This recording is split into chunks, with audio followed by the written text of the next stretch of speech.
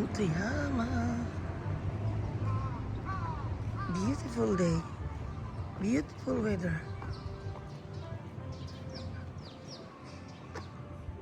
Ito gaganapin ang Philippine Festival. Punta po kayo rito. Dito po ang entrance. Kapasok sa Tuyama Castle.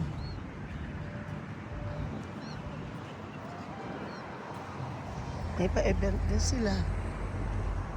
Horseback riding experience. Yan po. Attraction dito. Ganda, di ba?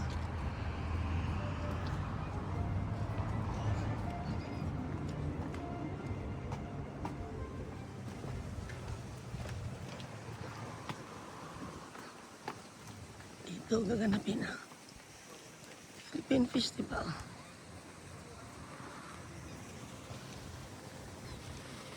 Ayan, ganda. May lake pa dun sa loob. Ayan. Dito. Dito ang Philippine Festival. Malapit na. Malapit na. Ang May 9 tsaka May 10.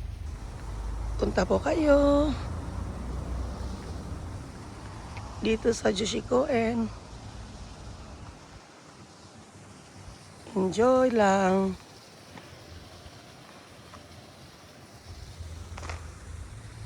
Maraming masarap na foods.